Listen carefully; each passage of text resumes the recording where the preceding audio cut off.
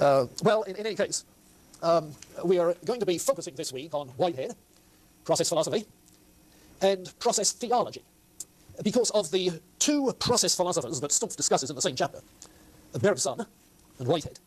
I've chosen to focus on Whitehead simply because of his very powerful influence in the development of process theology. And we'll see the beginnings of it in Whitehead, and later on I'll make some comments about further aspects of it. But Whitehead is, without doubt, of these two, the most influential in the second half of the 20th century. You haven't started reading Whitehead. I suppose that means you haven't started reading even Stumpf's chapter in which he introduces Whitehead. Okay, he started as a mathematician at Cambridge. He later became a philosopher of science at the University of London. And at the age of 63, when he was thinking of retirement, he became a professor of philosophy at Harvard for, I think it was about 15 years. And when he finally retired, he kept on living there in the shadow of Harvard Yard, and open house to students and faculty, and so conversations with Whitehead from that point on were recorded until he died, I think, at the age of 88. He was born in 1859, I think it was. Let me start by saying something about influences that shaped his thinking. And the first is Hegel's philosophy, what I called Hegel's evolutionary idealism. You think of the idealism in Hegel, all right? Evolutionary, yes, because of his emphasis on historical development.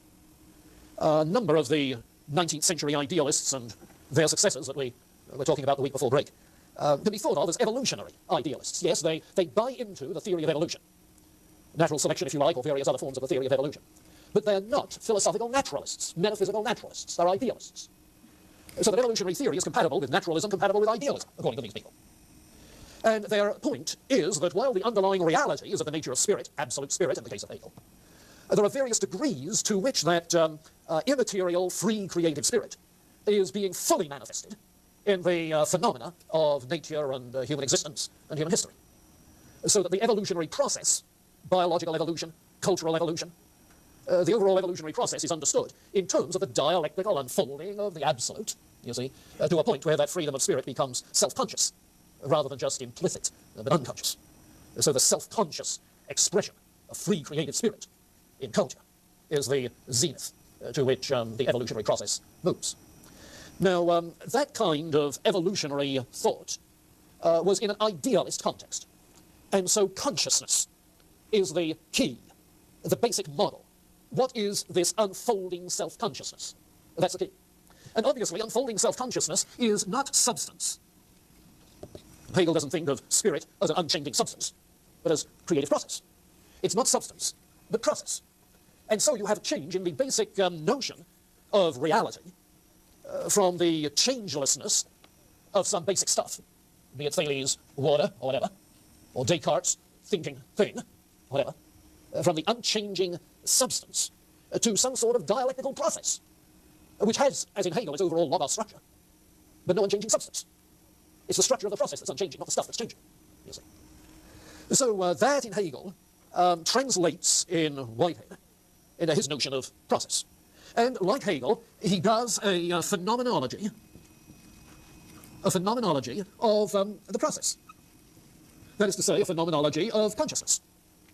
A descriptive account of what the process is like, of the structure of events which make up the process. And the process is not some kind of mechanistic thing, as in 18th century science. But the model is more organic than mechanistic, more like a growth process than a machine like.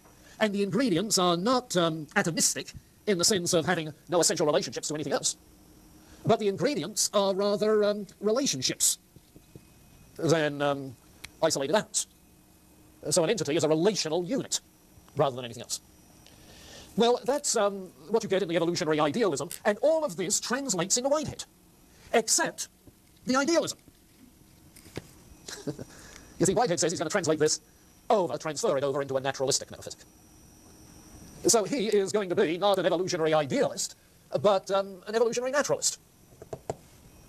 At least that's what he declares, whether towards the end of his life, when the God concept begins to figure larger in his thought, whether that changes is another question. But at least his intent in developing the metaphysic was an evolutionary naturalism. Actually, the Hegelian thinker who most influenced him was F.H. Bradley. And those of you characters who skipped out on the last day of class will forever be impoverished, because that's when we talked about F.H. Bradley, whom Whitehead explicitly cites, rather than Hegel. And in the Bradley material that you have in the Gardner Anthology, you will notice that Bradley speaks of appearances and qualities and the substance-quality distinction and that sort of thing as being sheer abstraction, not concrete reality by themselves. And Whitehead agrees. So that essentially the stuff you have from Bradley in the anthology about the world of appearances being abstraction, not concrete reality, Whitehead would agree with. The thing he disagrees with in idealism, the thing he disagrees with is Bradley's idealism. But otherwise, he to take it over. Bradley maintains that empiricism of the classic sort that came from John Locke. Empiricism is guilty of all sorts of faulty abstractions. The primary, secondary quality distinction, well, even Bradley showed that was an abstraction, not true even of actual experience. The substance-quality distinction, well, I think Berkeley showed that was an abstraction, because how do you know what substance there is if you all you know is the qualities? The something I know not what is an abstraction. The space-time distinction, well, certainly in terms of modern physics becomes an abstraction. Representational knowledge, ideas that represent something else, abstraction. So all the way through, he sees the abstraction that there is. And when Bradley talks of there being degrees of reality in the world of appearances, varying degrees of reality in the world of appearances, that's precisely the language that Whitehead likes. Varying degrees of appearance. And we'll pick up on that when we get down here and see his gradualism. There are various degrees to which what is the basic nature of things is explicit in the hierarchy of being. Now, in that evolutionary idealism of the 19th century, however, there is one other note which isn't as perhaps explicit in Hegel, although we've mentioned it. We often tend to single it out, and that is the romanticism of the 19th century.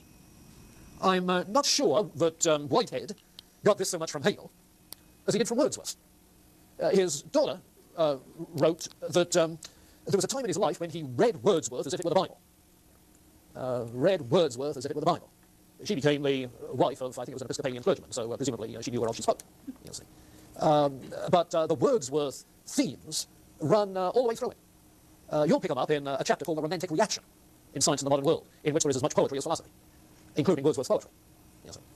Because he's seeing the philosophical content of the Romanticist reaction against the mechanistic science and the rationalism of the Enlightenment.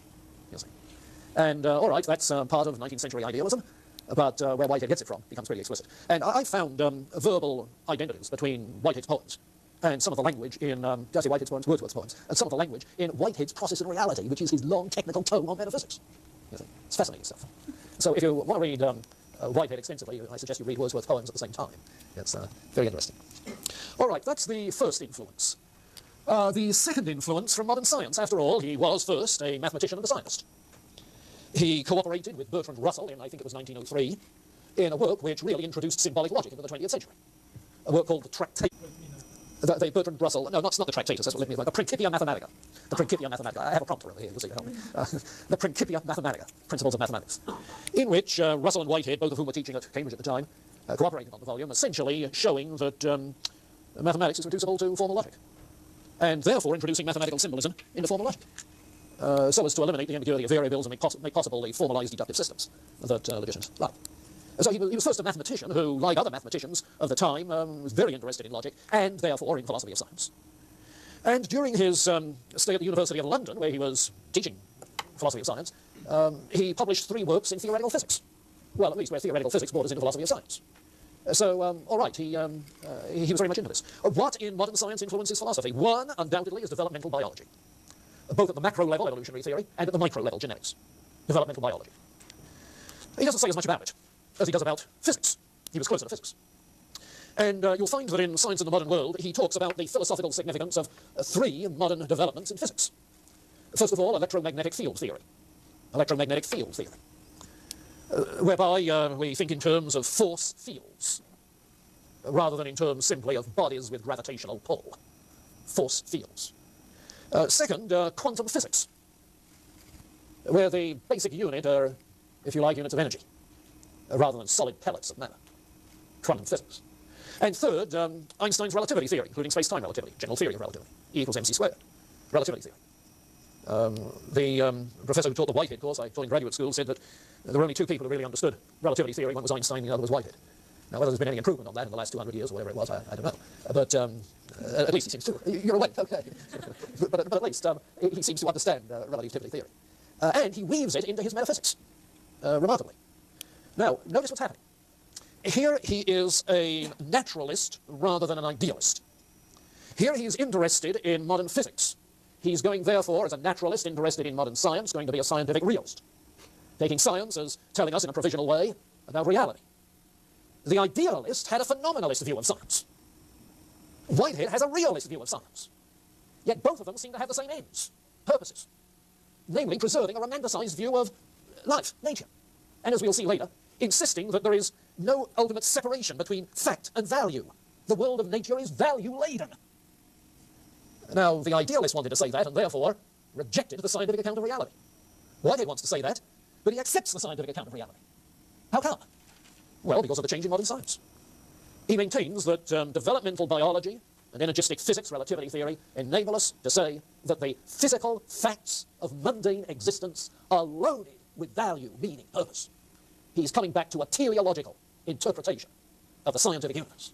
Yes. So here's going to be a philosophical naturalist who's going to find moral and aesthetic value inherent in things. Yeah, he talks a lot about science in his writings. He takes it that philosophy has a twofold function with regards to science.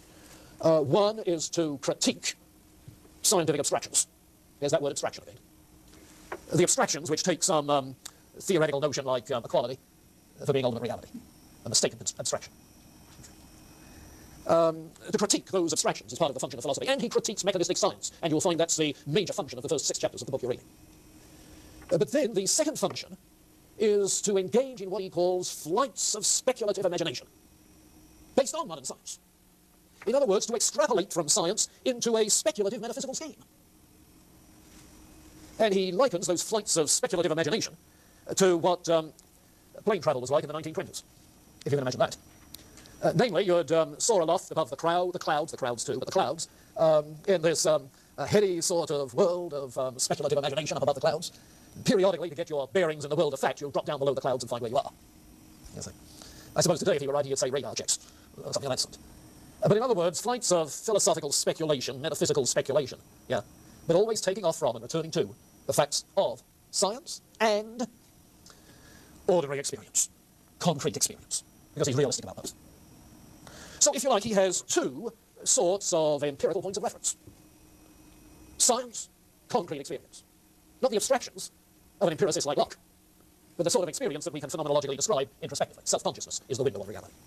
Self-conscious introspection.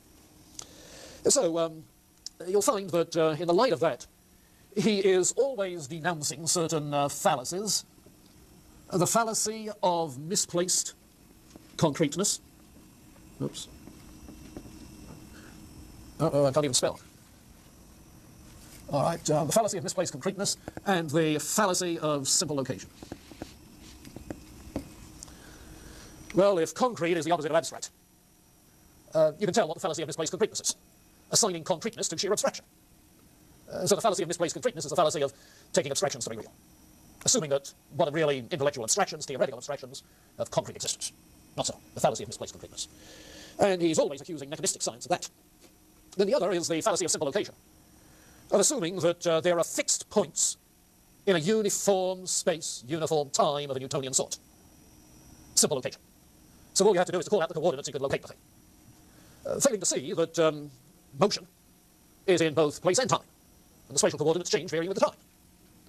Relativity, a spatial relationship to time. And consequently, the notion of a simple location, such as we use in geography, just is an abstraction that may be useful at some levels, but quite useless in others. So, accordingly, with the influence of modern science. Now, the third one may surprise you. The Alexandrian Church Fathers.